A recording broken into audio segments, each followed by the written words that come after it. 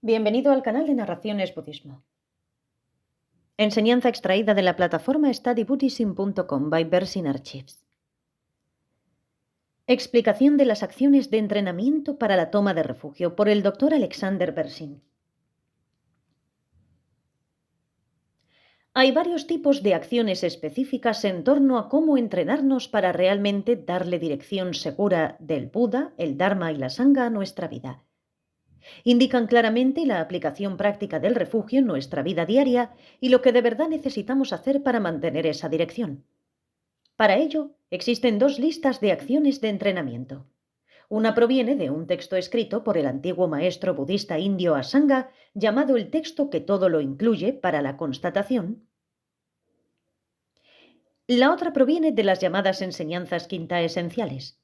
Las enseñanzas quinta esenciales no derivan de un texto clásico específico y pueden ser escritas u orales. Cada una de estas dos listas tiene dos divisiones: instrucciones relacionadas con cada una de las tres joyas individualmente e instrucciones relacionadas con las tres en común. La lista de Asanga. Para empezar, repasemos la lista de instrucciones que viene del texto de Asanga. Cada una de sus dos divisiones cuenta con 4 acciones de entrenamiento.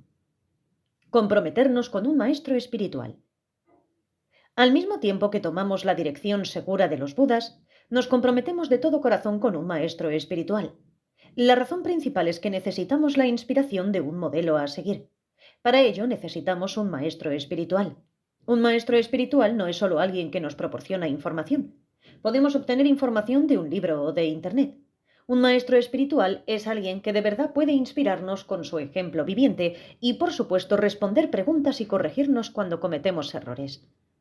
Si todavía no hemos encontrado un maestro espiritual, necesitamos hacer algo de esfuerzo para encontrar uno. Eso puede ser muy difícil, especialmente cuando tenemos una elección limitada. Puede ser que no vengan muchos maestros a donde vivimos y aunque lo hagan se queden unos días y luego vayan al siguiente lugar en su gira de enseñanzas. Puede ser que haya tantos otros estudiantes que estos maestros no tengan tiempo para tratar con nosotros de forma individual. Pero hay muchos niveles diferentes de maestro espiritual. Puede haber maestros que solo nos den información o nos muestren cómo sentarnos correctamente y todo eso. Puede haber maestros que solo nos ayudan en la explicación y maestros que son guías espirituales de verdad que nos confieren votos y nos aconsejan en nuestro camino espiritual. Podemos aprender de todos ellos. Pero de lo que estamos hablando aquí es del maestro que nos inspira personalmente. Nos comprometemos de todo corazón con un maestro así. Esa persona puede que no inspire a nadie más. Solo porque otras personas consideren que un profesor es muy bueno, no significa que tengamos que compartir esa impresión. Usando la jerga occidental, tiene que haber algún tipo de química personal involucrada. Para usar el argot budista, tiene que haber alguna relación kármica. Ese maestro que encontramos tan inspirador nos da la energía para continuar a lo largo del camino. Nuestro modelo a seguir, por lo tanto, no tiene por qué ser el maestro de quien recibimos muchas enseñanzas u orientación personal.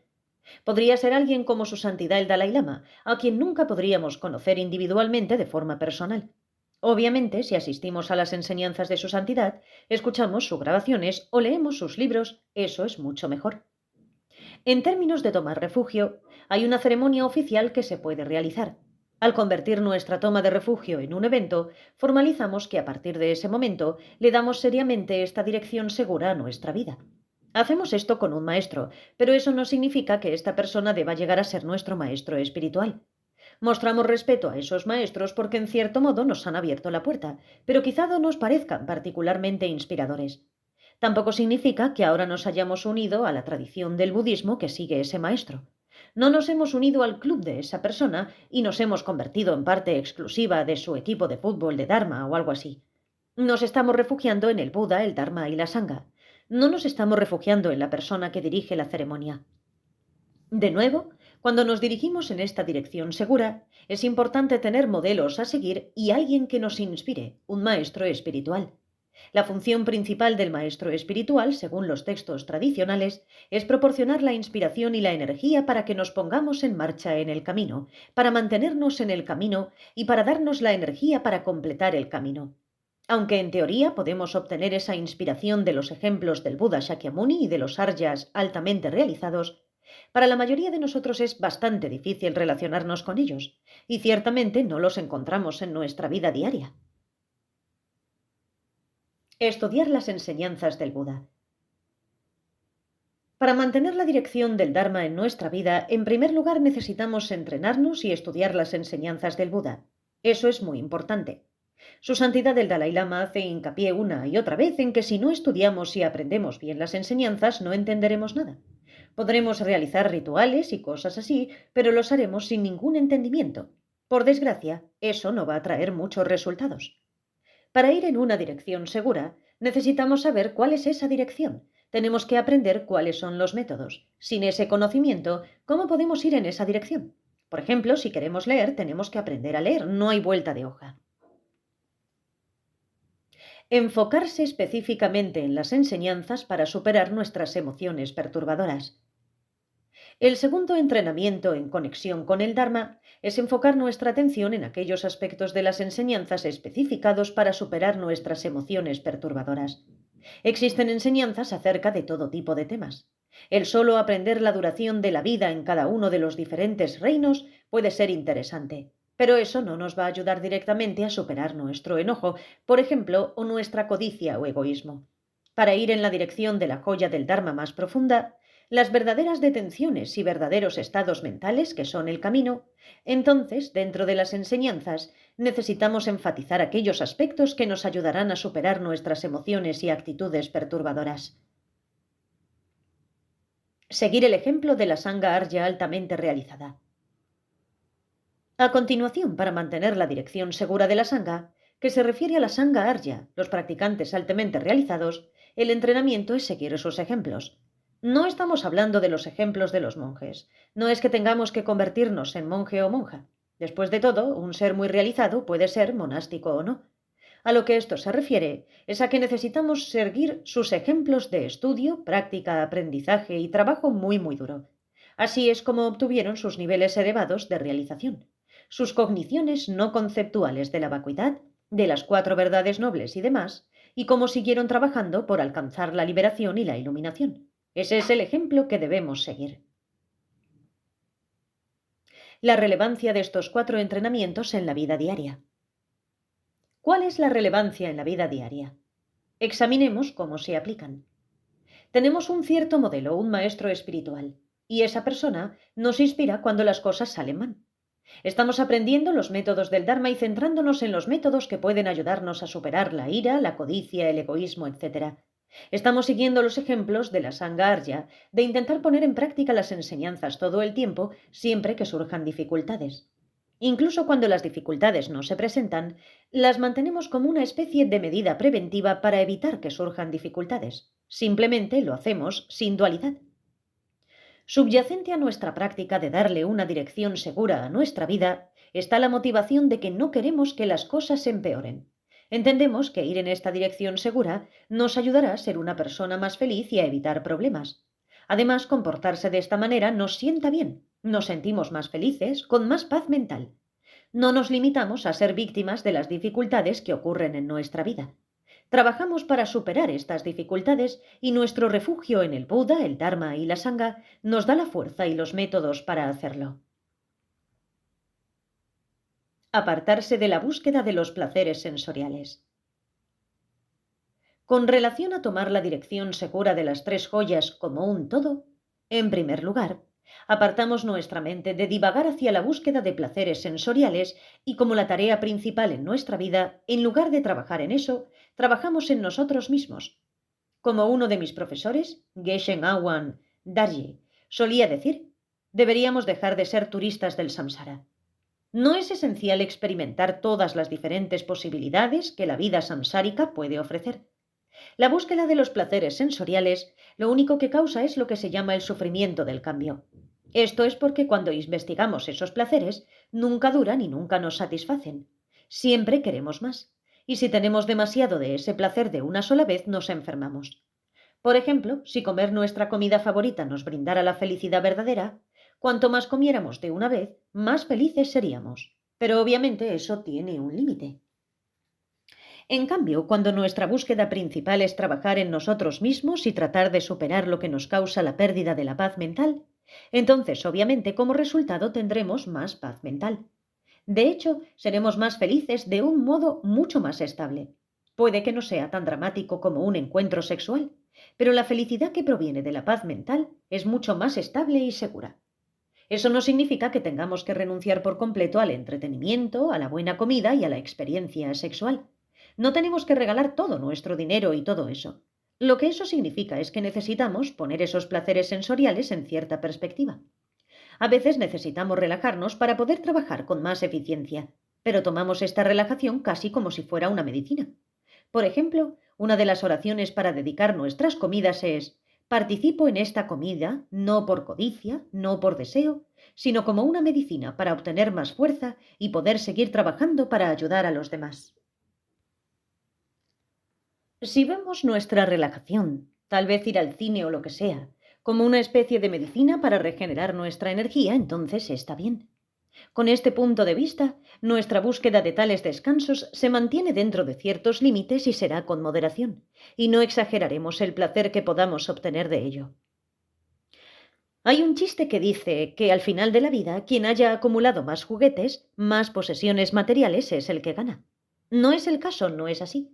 No es que el objetivo de la vida sea acumular tantos dispositivos electrónicos como podamos, o que hayamos visto más películas que los demás, o que nuestra cuenta bancaria tenga un número mayor que la de los demás, o que hayamos comido más alimentos exóticos que los demás. Ese no es el sentido de la vida, ¿no? Nada de esto nos va a proporcionar ningún tipo de satisfacción duradera, sobre todo si pensamos en términos de las vidas futuras. Es evidente que cuando nuestro objetivo principal no es el entretenimiento, esto realmente marca el rumbo de nuestra vida cotidiana. Nuestra vida diaria no consiste solo en escuchar cada vez más música o algo así. Hay gente adicta a escuchar música. Ya sea trabajando, viajando o caminando, siempre están escuchando sus iPods durante todo el día y la noche. Una vez que le hemos dado la dirección segura de refugio a nuestra vida, distraernos escuchando música todo el tiempo no es ciertamente un medio para ir en esa dirección. Para ir en esta dirección segura, lo principal en nuestra vida debe ser trabajar para superar nuestros apegos, nuestra avaricia, nuestro egoísmo, etc. Pero recuerden, esto no significa perseguir esto de una manera fanática y perfeccionista. Podemos seguir divirtiéndonos. Y este es un concepto muy interesante. ¿Qué es divertido? Permítanme contarles una de mis historias favoritas. Una vez, cuando estaba en Holanda con mi maestro, el antiguo Serkon Rinpoche, nos quedamos en la casa de una familia adinerada. Tenían un barco muy grande que guardaban en un lago muy pequeño. Un día nos llevaron a dar un paseo en su yate. Estábamos en este pequeño lago con muchos otros yates juntos en fila e íbamos muy despacio en un círculo alrededor del lago, como si estuviéramos en una especie de paseo infantil en un parque de atracciones. Rinpoche se volvió hacia mí y me dijo en tibetano: ¿esto es lo que creen que es la diversión? Así que, de nuevo, ¿qué es divertido? Shantideva dice que si nuestro trabajo de Dharma nos resulta divertido, entonces no seremos felices a menos que estemos haciendo trabajo de Dharma. Esto incluye ayudar a los otros, trabajar en nosotros mismos, etc. De eso se trata la perseverancia, de disfrutar de lo que estamos haciendo. Si podemos disfrutar de lo que hacemos, seguiremos haciéndolo. En realidad, mejorarnos a nosotros mismos, deshacernos o disminuir las diferentes emociones perturbadoras, los conflictos internos y demás, conlleva una gran cantidad de alegría. Es un trabajo duro, pero muy agradable a medida que obtenemos más y más resultados. Por supuesto, estos resultados tendrán altibajos. No es un proceso lineal. Pero aún así, cuando vemos que estamos haciendo algunos progresos, es fantástico. Pensamos: estoy haciendo algo de verdad. Una analogía útil puede ser la de alguien que se entrena en un deporte. Es realmente un trabajo muy duro estar todo el tiempo nadando o corriendo. Pero cuando somos capaces, a través del entrenamiento, de correr o nadar más lejos y más rápido, y nuestra resistencia mejora, nos sentimos realmente bien, ¿no es así? A pesar de las dificultades, lo disfrutamos. Es lo mismo que en nuestra práctica del Dharma. Estamos entrenando y entrenando y vaya, por ejemplo, pudimos ir a una cena familiar con todos los parientes que nos irritan mucho y no perdimos los estribos. Pudimos ser pacientes y estuvo bien. Terminamos la comida perfectamente bien. De hecho, la disfrutamos, a pesar de que nuestros padres nos preguntaban: ¿por qué no te has casado todavía? ¿Por qué no tienes hijos? Fuimos capaces de mantener nuestra paz mental y lidiar con ello, y nos sentimos realmente bien. En resumen, esta instrucción Implica retirar a nuestra mente de la búsqueda de placeres sensoriales y el argumento es que la práctica del Dharma es de hecho más placentera.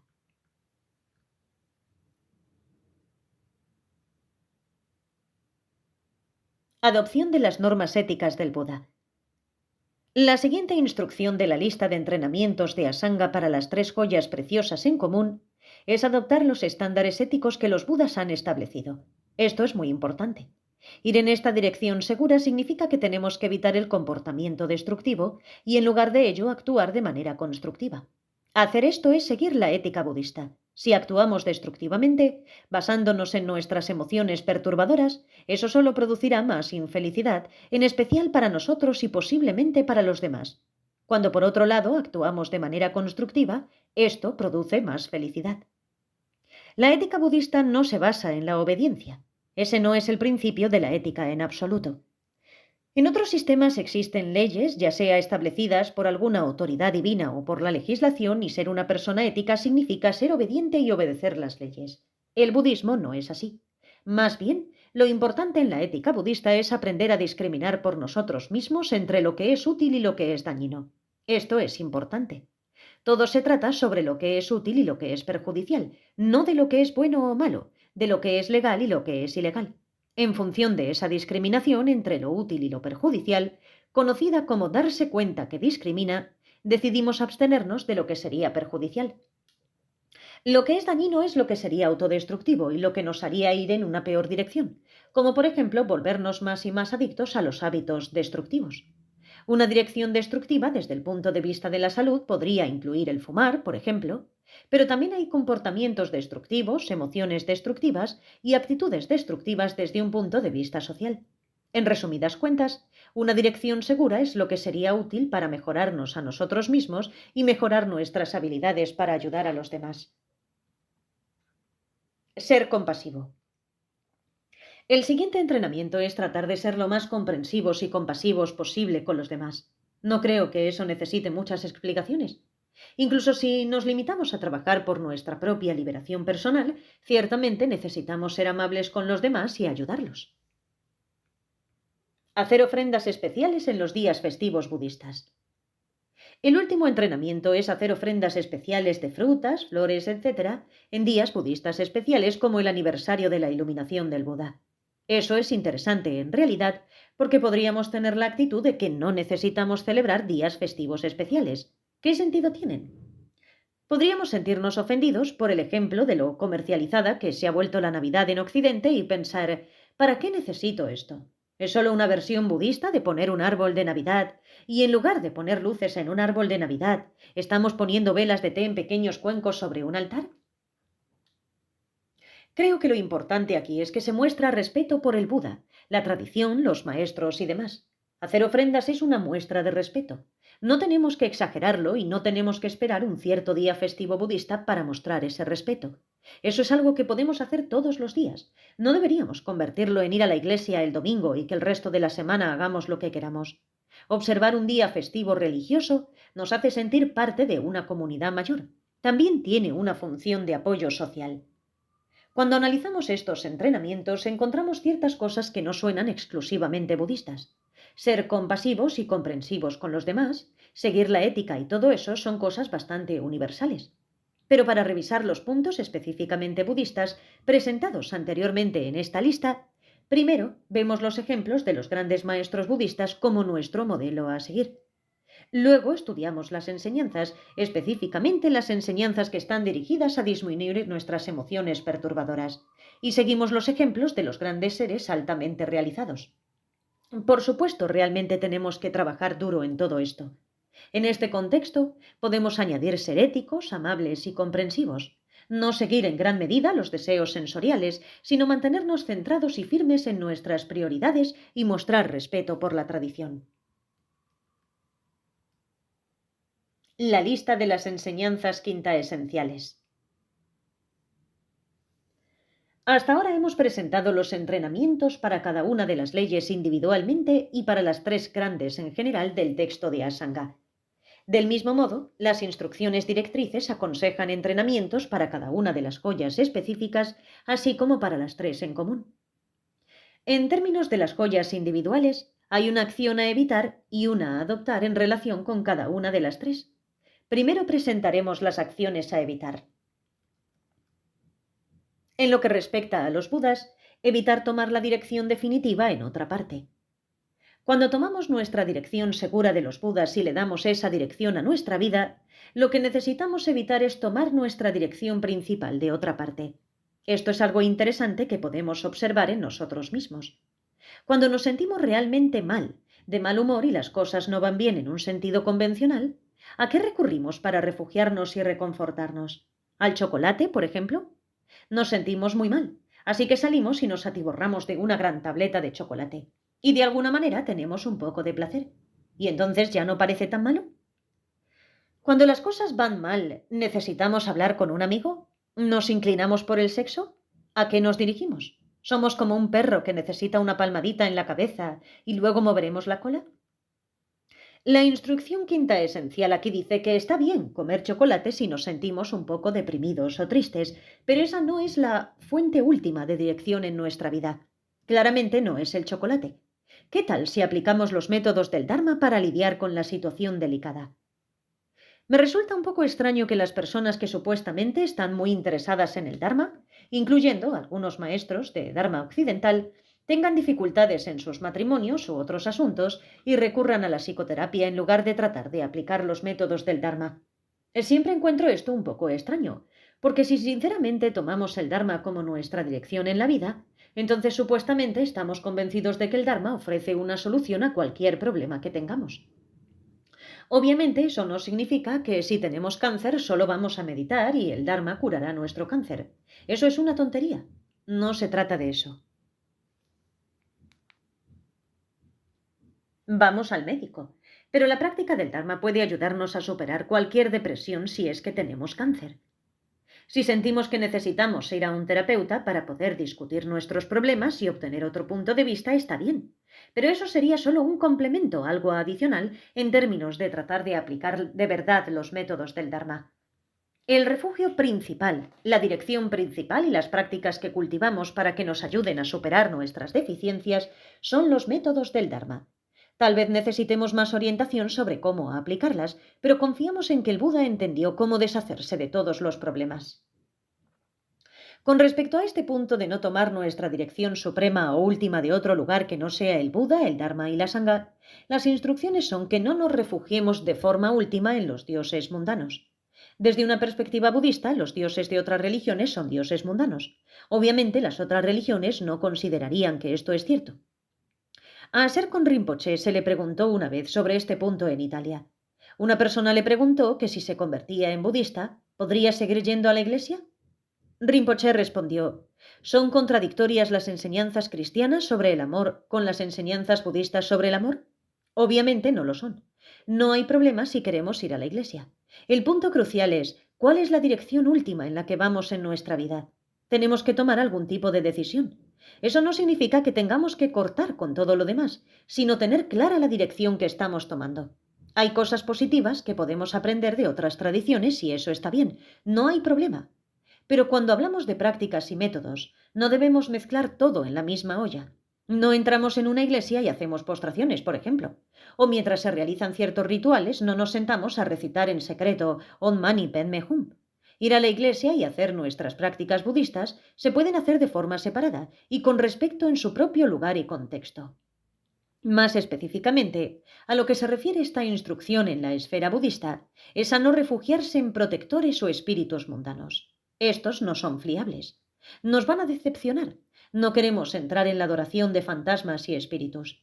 Quizás esto es más relevante para un público tibetano o indio, pero hay algunos occidentales que están fascinados por estos espíritus y protectores y se involucran en las prácticas asociadas con ellos.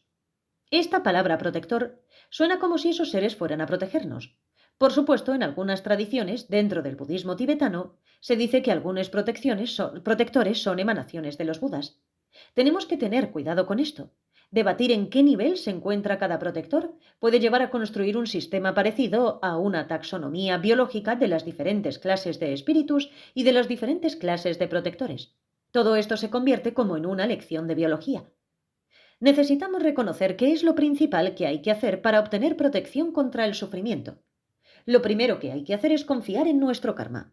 En otras palabras, con la inspiración y los ejemplos del Buda, el Dharma y la Sangha para que nos guíen, todo lo que hagamos y como sea que actuemos, afectará y determinará lo que experimentemos en el futuro. Los protectores pueden ayudar a crear ciertas circunstancias o condiciones que nos permitirán quemar algunos potenciales negativos, de tal forma que los experimentemos de maneras más leves en el presente. De esta manera, nuestros potenciales positivos podrán madurar más rápidamente. Es el mismo proceso que hacer rituales para los budas de la medicina. Pueden proporcionar circunstancias o condiciones para madurar los potenciales positivos para superar una enfermedad si hemos acumulado esos potenciales. El tema es que sin los potenciales positivos de nuestro comportamiento anterior, no importa cuánto dependamos de un protector o de un Buda de la medicina, simplemente no dispondremos de la base para experimentar una situación más feliz. Por lo tanto, es muy importante que nuestra práctica budista no se convierta en una adoración de los protectores, ni siquiera en una adoración del Buda. Todo lo que nos sucede depende de lo que nosotros hagamos. Todo depende de cómo actuamos, cómo nos comunicamos y cómo pensamos. Una vez más, tenemos modelos, tenemos enseñanzas y tenemos la meta que podemos alcanzar, pero tenemos que hacerlo, tenemos que caminar en esa dirección. Una vez más, debemos tener clara cuál es nuestra dirección final, y aunque podamos recurrir a otras cosas de forma temporal en busca de un poco de ayuda, debemos tener claro cuál es nuestro camino principal. En relación con el Dharma, evitar causar daño. En términos de tener la dirección segura del Dharma, lo que necesitamos evitar es causar perjuicios o daños a los seres humanos, animales y a todos los seres. Obviamente estamos tratando de ayudar a los demás, no de hacerles daño, pero eso puede ser muy difícil. Por ejemplo, podríamos decirle algo a alguien con las mejores intenciones sin querer decir nada desagradable o irrespetuoso. No obstante, por alguna razón, esa persona se siente muy ofendida por lo que dijimos, lo malinterpretó y se enojó mucho. Cuando caminamos, inevitablemente vamos a pisar algo. El objetivo es tratar de minimizar el daño que infligimos a los demás y ciertamente no intentar hacer daño. Pero debido al hardware limitado de los cuerpos ordinarios que todos tenemos, inevitablemente vamos a causar daño a otros seres, aunque sea de manera inadvertida. De nuevo, tratamos de minimizar esto tanto como sea posible. En relación con la sangha, evitar la relación estrecha con las personas negativas. En cuanto a tomar la dirección segura de la sangha, lo que queremos evitar es asociarnos estrechamente con las personas negativas. Se trata de una cuestión muy delicada. Cuando aún no estamos firmemente arraigados en nuestro camino espiritual, la compañía que mantenemos puede influenciarnos muy fácilmente de una manera u otra. En este caso, queremos evitar la compañía de personas que siempre se dedican a actividades negativas y destructivas. Tales personas pueden ser, por ejemplo, las que forman una pandilla callejera involucrada en delitos menores, o un grupo de amigos que están consumiendo drogas o emborrachándose todo el tiempo. En esta etapa de nuestro desarrollo es muy difícil no dejarse influenciar por las compañías que nos rodean. Queremos ser aceptados y no queremos ofender a nuestros amigos. Como resultado, podríamos beber, tomar drogas, ir por ahí y rayar automóviles o hacer grafitis en los edificios. Después de un tiempo, nosotros mismos nos volvemos adictos a estas actividades. Esto no significa que tengamos que decirles a nuestros amigos que son personas terribles. El caso es que no se debe pasar mucho tiempo con esas personas si serán influencias negativas para nosotros. Si somos muy débiles, es mejor evitarlos por completo. Por ejemplo, si estamos tratando de superar el hecho de ser alcohólicos, necesitamos dejar de pasar tiempo con nuestros amigos alcohólicos. Nos unimos a otro grupo, Alcohólicos Anónimos, y así estamos con otros que, como nosotros, están trabajando para superar el alcoholismo. Nos apoyamos en ellos y en sus buenos ejemplos. Es un poco como eso. Es notable cómo todos estos puntos se interconectan entre sí. Podemos empezar examinando qué es lo más importante en nuestra vida. ¿Es lo más importante en la vida ser aceptado y querido por un grupo de amigos que tienen hábitos negativos? ¿Es eso lo más importante en nuestra vida? ¿Eso traerá felicidad duradera? ¿O es más importante y más significativo trabajar para superar nuestras deficiencias y así poder ayudar mejor a los demás? Eso no significa que dejemos de preocuparnos o sentir amor por aquellos de los que necesitamos distanciarnos. Por supuesto, deseamos que sean felices, pero también tenemos que tener cuidado con esto. Por un lado, no queremos ser influenciados por ellos y caer en patrones negativos. Pero por otro lado, no queremos llegar al extremo de pensar de forma arrogante que nosotros somos budistas y que por lo tanto somos mucho mejores que ellos. Tampoco es que al final vayamos a salvar a estos pobrecitas de sus vidas de pecado. Es obvio que eso sería una actitud terrible. La gente se separa. Es algo natural que sucede en la vida, sin darle a nadie la sensación de que la estamos rechazando o de que alguien no es lo suficientemente bueno. El caso es que cuando podamos ser muy influidos de manera negativa por ciertas personas, lo mejor es evitarlas. Eso no significa que tengamos que irnos a vivir a una comunidad budista santona o vestir ropa blanca y volvernos veganos. No quiere decir eso, pero tenemos que estar atentos a las influencias a las que estamos sujetos. Intentamos hacer todo lo posible para evitar las influencias perjudiciales. Esa influencia perjudicial no proviene solo de las personas. Puede proceder de la televisión, la pornografía en Internet o de películas y videojuegos violentos. Todos estos tipos de cosas pueden influenciarnos negativamente al aumentar nuestro deseo o agresión. 3 acciones respetuosas a adoptar. Con respecto a la dirección segura, las enseñanzas Gita esenciales incluyen 3 acciones a adoptar como muestra de respeto. En cuanto a los Budas, mostramos respeto por las estatuas, los cuadros y otras representaciones artísticas de los Budas. En términos del Dharma, mostramos respeto a todos los libros, particularmente a los libros de Dharma. Además, en términos de la Sangha, mostramos respeto a las personas con votos monásticos budistas e incluso a las túnicas monásticas mismas. Como muestra de respeto, queremos evitar mostrar falta de respeto. En este sentido, no colgamos un cuadro del Buda en el baño. No nos sentamos en nuestros libros de Dharma, ni los ponemos debajo de la pata de una mesa para que no se tambalee. Cuando hay monjes y monjas budistas en nuestro centro de Dharma, no los tratamos como sirvientes que deberían proporcionarnos todas las facilidades, porque nosotros somos los grandes practicantes sagrados. No es tan solo para prepararnos té, recoger el dinero en la puerta y después hacer la limpieza. Tristemente, esto sucede en muchos centros de Dharma. Los miembros de la comunidad monástica son los que están más interesados en recibir las enseñanzas y, sin embargo, son los que no siempre pueden asistir a estos eventos porque tienen que ser los administradores y organizadores. Esto no es del todo apropiado. Para que quede claro, no es que estemos adorando a las estatuas, no es que estemos adorando a los libros, a los monjes o las monjas o a sus hábitos monásticos. Todo se centra en mostrarle respeto porque representan al Buda, al Dharma y a la Sangha. Incorporar estos entrenamientos en la vida. Una vez más, para revisar lo que acabamos de explicar, queremos darle esta dirección segura a nuestra vida. Para lograr ese objetivo, ¿qué hacemos exactamente? Evitamos tomar nuestra dirección principal en la vida de otras cosas. No causamos daño a los demás. Evitamos las influencias negativas de otras personas. Respetamos los símbolos de la dirección en la que vamos. Esto tiene sentido y es algo que podemos incorporar a nuestra vida diaria. Tiene relevancia en nuestra vida. Respetamos ciertas cosas y nos mantenemos firmes ante lo más importante de nuestra vida. Nos fijamos en las influencias negativas que pueden alejarnos, que podrían desviarnos en nuestra dirección en la vida, y también tratamos de encontrar condiciones propicias que nos ayuden a ir en esta dirección tan importante. Respetar los cuadros de Buda, los libros de Dharma y los monjes es un signo externo. Pero internamente también necesitamos sentir respeto por lo que estamos haciendo con nuestra vida. Esto es vital, porque podríamos encontrarnos en circunstancias en las que no podemos hacer que nuestra práctica de Dharma sea visible para los demás.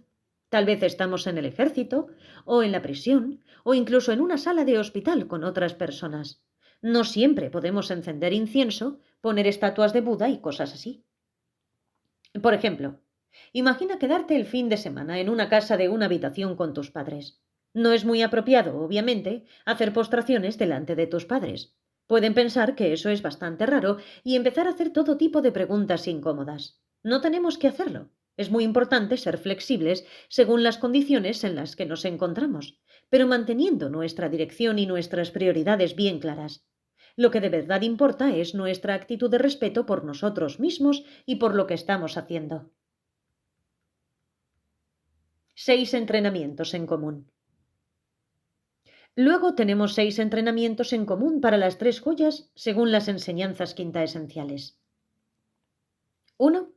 En primer lugar, reafirmamos nuestra dirección segura al recordar continuamente las buenas cualidades del Buda, el Dharma y la Sangha. Tomar una dirección segura puede volverse un poco mecánico si solo se recita la estrofa de un texto. Así que es importante reafirmar nuestra motivación recordando las buenas cualidades del Buda, el Dharma y la Sangha y los beneficios de esta dirección segura. Esto ayuda a preservar lo que llamaríamos el sentimiento que hay detrás de nuestro refugio. 2. Después, en gratitud por su bondad, sustento espiritual, energía y por toda la ayuda que nos proporciona, ofrecemos cada día la primera porción de nuestras bebidas calientes y comidas al Buda, el Dharma y la Sangha. Podemos verter una pequeña porción de nuestro primer té o café de la mañana en una pequeña taza y ponerla en nuestro altar. O podemos poner allí un trozo de fruta. También podemos hacer la ofrenda simplemente con nuestra imaginación. No tiene importancia, pero si sacamos algo, no lo dejamos ahí para que se pudra o, como en la India, esperemos a que los ratones vengan y se lo coman. Lo ofrecemos con gratitud, pero obviamente los budas no necesitan nuestra pequeña taza de té o pieza de fruta. No van a beber ni comer. Es simplemente un recordatorio y al cabo de un rato nos imaginamos que nos lo devuelven y nos lo bebemos o nos lo comemos. Si es una ofrenda de té o algo así, no lo tiramos por el inodoro. Eso no es muy respetuoso, es mejor bebérselo. Ahora, por supuesto, puede surgir un problema práctico sobre qué hacer con el agua de los 7 tazones que muchos de nosotros ofrecemos cada día en nuestros altares. ¿Con una gran cantidad de agua se supone que debemos beberla todos los días? ¿Tenemos que regar nuestras plantas con ella? Probablemente se ahogarían por verter todo ese agua cada día. Pero al menos la tiramos por el fregadero, no por el inodoro. Me viene a la memoria algunos ejemplos de países del mundo donde simplemente la tirarían por la ventana. Eso tampoco sería suficiente. En cualquier caso, cuando ofrecemos nuestro té o nuestra comida, no es necesario recitar una estrofa especial en un idioma extranjero que no entendemos. Recientemente, Dzongzar Khyentse Rinpoche estaba dando enseñanzas en Berlín y dijo que si los tibetanos tuvieran que recitar un verso en alemán que no entendieran cada vez que hacen una ofrenda o algo así, ciertamente no lo harían. Lo importante es hacer algún tipo de ofrenda. Simplemente podemos decir, como Serkon Rinpoche solía sugerir, Budas, por favor, disfruten de esto. Eso es todo lo que tenemos que decir, y ni siquiera tenemos que decirlo en voz alta. Normalmente digo, ofrezco esto al Buda, al Dharma, a la Sangha y a todos los seres, que todos disfruten de una comida tan maravillosa. No tenemos que hacer un gran espectáculo como recitar Om Ahum en voz baja y luego sentarnos allí y dedicar la comida durante 5 minutos, mientras todos los demás en la mesa se mueren por comer y esperan a que terminemos. Podemos hacer la ofrenda en nuestra mente. Nadie tiene que saber lo que estamos haciendo. Si otras personas en la mesa también hacen una ofrenda, que cada uno lo haga a su propio ritmo. No necesitamos hacer una demostración de nuestra práctica de Dharma, especialmente si eso va a hacer que otras personas se sientan incómodas o si van a empezar a burlarse de nosotros. Eso es muy importante. No queremos ponernos en ridículo. Cuando otras personas se burlan de nuestra práctica espiritual, le quitan toda la energía. Nuestra práctica de Dharma necesita ser restringido al ámbito privado. Entonces se convierte, en cierto sentido, en algo sagrado para nosotros.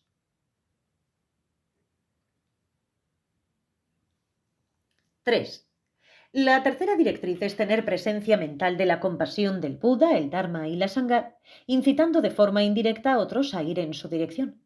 Eso no significa que nos convertamos en misioneros y tratemos de salvar a todo el mundo convirtiéndoles al budismo. Ciertamente no es así. Pero si otros están receptivos, si otros están interesados, podemos darles algo de ánimo. La mejor forma de animar es hablar desde nuestra propia experiencia. Podemos explicar que los métodos budistas han sido beneficiosos para nosotros, pero no sabemos si van a ser beneficiosos o no para otros. Sabemos que nos ha sido de ayuda. De esta manera, indirectamente animamos a otros a probarlos por sí mismos. 4. La cuarta directriz es recordar los beneficios de tener una dirección segura y luego reafirmarla formalmente 3 veces cada día y 3 veces cada noche. Normalmente lo hacemos cuando nos despertamos por la mañana y antes de irnos a dormir. No repetimos sin pensar las palabras tomo la dirección segura del Buda, el Dharma y la Sangha, sino que más bien recordamos explícitamente esta dirección. A menudo acompañamos esto con 3 postraciones, pero no necesariamente tenemos que incluirlas. 5. La quinta instrucción es que pase lo que pase, confiamos en nuestra dirección segura que nos guía. En los episodios de crisis y demás, esto es en lo que vamos a confiar. No es solo orar, oh Buda, sálvame, sino que nos preguntamos, ¿cuál sería el consejo del Buda para gestionar esta situación? A continuación tratamos de ponerlo en práctica. Los amigos pueden darnos su simpatía y ayuda y pueden ser útiles con cosas mecánicas como nuestra computadora o nuestro auto. Pero con problemas personales en la vida los amigos son limitados. Tienen sus propios problemas. Desafortunadamente, los amigos inevitablemente nos defraudan o nos decepcionan. Tenemos esperanzas poco realistas de que los amigos nos ayudarán a aliviar nuestro dolor o nuestros problemas y perdemos de vista el hecho de que no somos lo único que está sucediendo en sus vidas. ¿Por qué deberíamos ser la cosa más importante a la que ellos dedican todo su tiempo y energía? Eso es muy egoísta. Inevitablemente, si tenemos esa expectativa, nos van a decepcionar. Tienen otras cosas que hacer, otras preocupaciones y otros problemas. Nuestros maestros pueden estar ocupados y pueden no tener tiempo, pueden estar en otro país o lo que sea, pero la inspiración de los maestros siempre está disponible. Las enseñanzas, algo que podemos aplicar, siempre están disponibles. No nos van a decepcionar si realmente somos receptivos a esa inspiración e intentamos poner en práctica esos métodos. 6. El compromiso final en estas instrucciones es no abandonar nunca esta dirección en la vida, pase lo que pase. La naturaleza del samsara, la naturaleza de la vida, es que tiene altibajos. Podemos ver las experiencias de algunos de estos grandes maestros budistas en el Tíbet. Han sido muy buenos practicantes toda su vida y luego terminan en un campo de concentración chino durante 20 años. Podría ser muy posible que simplemente se rindieran sintiendo que su práctica de Dharma era inútil, pero no lo hacen. Otro ejemplo es alguien que practicó mucho en su vida y luego contrajo un cáncer horrible y doloroso. Tampoco renuncia a su práctica de Dharma. Como dijo un maestro tibetano de forma muy concisa, ¿qué esperamos del samsara? ¿Esperamos que todo vaya bien o que las cosas no hagan más que mejorar? La naturaleza del samsara es que tiene altibajos. A veces habrá un bajón y vamos a experimentar cosas muy desagradables a pesar de las cosas positivas que hemos estado haciendo antes. Tratamos de que eso no nos desanime y pase lo que pase, seguimos avanzando en una dirección positiva. A veces a los tibetanos les encanta usar ejemplos del mundo animal. A Serkon Rinpoche siempre le gustó ir al circo o a acuarios donde han adiestrado focas o delfines. Cuando hacemos nuestra práctica de Dharma y hacemos algo positivo, esperemos ser como una foca o un delfín adiestrados y que el Buda nos lance un pez. ¿Pensamos que cada vez que nos comportamos de manera positiva obtendremos una recompensa por ello? Obviamente, esta no es la manera en que practicamos estos entrenamientos. Eso nos da en qué pensar. ¿Estamos haciendo nuestra práctica de Dharma en cierto sentido como un truquito? ¿Como un animal adiestrado, hacemos algo positivo solo para obtener una recompensa? ¿O lo hacemos para mejorar nuestra vida y en última instancia para ayudar a los demás? Tanto si las cosas van bien como si no, estamos convencidos de que a lo largo plazo las cosas irán mejor. Así que nunca nos rendimos. Palabras finales. Esto completa nuestra breve presentación de los diversos tipos de entrenamientos detallados por Asanga y en las enseñanzas quinta esenciales sobre cómo nos entrenamos para darle realmente la dirección segura del Buda, el Dharma y la Sangha a nuestra vida. Nos indica claramente cómo tomar esta dirección en la vida, así como lo que realmente vamos a hacer cada día y las pautas que existen en esta dirección en nuestra vida. Refugiarse no se trata solo de ser una buena persona, sino que incluye estudiar las enseñanzas, aprenderlas, mostrar respeto a nuestro camino espiritual y a los demás que lo siguen y a todos los demás puntos específicos. Es un programa completo para dar un sentido positivo a nuestra vida. Transcripción de un seminario. Riga, Letonia, agosto de 2010. Gracias por escuchar.